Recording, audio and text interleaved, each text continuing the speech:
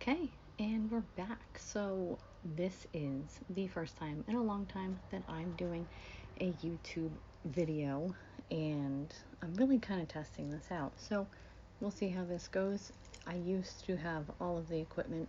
Since I moved, I think I got rid of some of it, and then some other of it might be somewhere, but I don't know right now. So, if you are here for the first time, my name is Shea, and I am a fantasy romance author, and I want to help other busy moms also create fantasy romance novels so that they can create more income for their family and therefore create more time with their loved ones so they can live a happier lifestyle. And so today the topic is all about 10 cliches that fantasy romance writers should avoid for success. So I do want to preface again, this is a test. I don't know if this is going to be the right way or the wrong way, and we're going to find out, and we're going to see how much I edit it.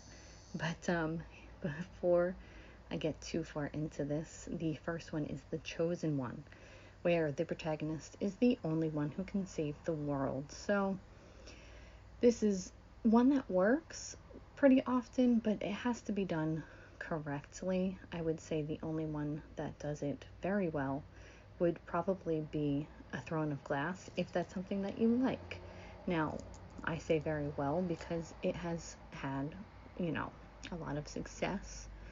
Whether or not you like it is sort of a point of your own. And, the reason we want to avoid it is because it does get pretty overhyped. I have elements of it in my own books, but, you have to kind of work with the genre that you're in as well. The second one is the love triangle, where she's torn between two different ones. I do have a lot of elements of that, but more to be found later, which a love triangle is one where the protagonist has to choose between two suitors that, are equally suited to her, or maybe not.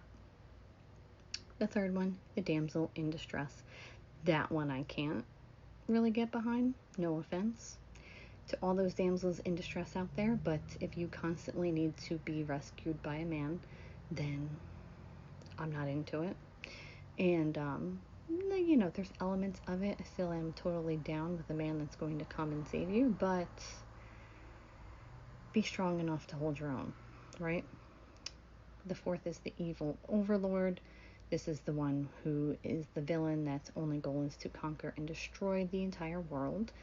And that also has a lot of times where it works. Again, A Throne of Glass, that whole series has lots of elements of that. But, again, has to be done correctly.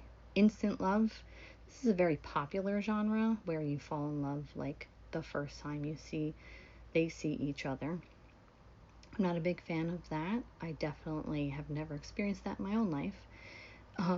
But, there's a lot of popular books that do focus on that. It's not one that I like.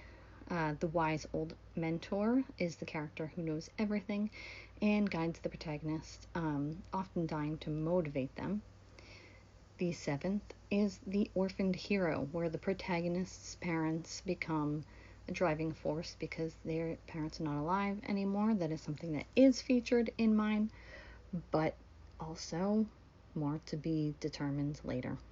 The magical object is an artifact that holds a lot of power and is often, has a significant legacy.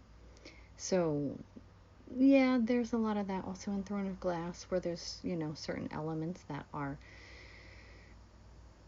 very important, and to have it can save the whole world. That can be overplayed. The Forgotten Heir is a character who suddenly discovers that they are, sorry, I'm referencing the notes that I have. The character who suddenly discovers their royalty or have a significant legacy. Yeah, again, I see it again in Throne of Glass, which is interesting because it's very popular, but that's another one that can be very overplayed as well, especially when you see it coming. I want to say maybe that's the most important thing to note in all of these cliches, is you want to have enough foreshadowing and red herrings, sort of misdirection, so that it's not so obvious. And then the last one is the misunderstood bad boy. Now that one, I don't know if I can get behind that one because I love misunderstood bad boys. And so that's the male character that's rough around the edges but has a heart of gold.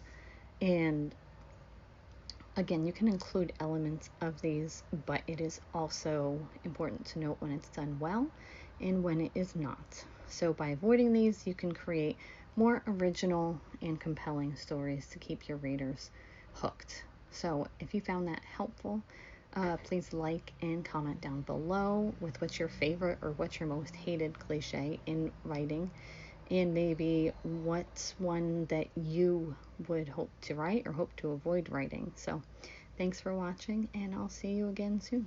Bye.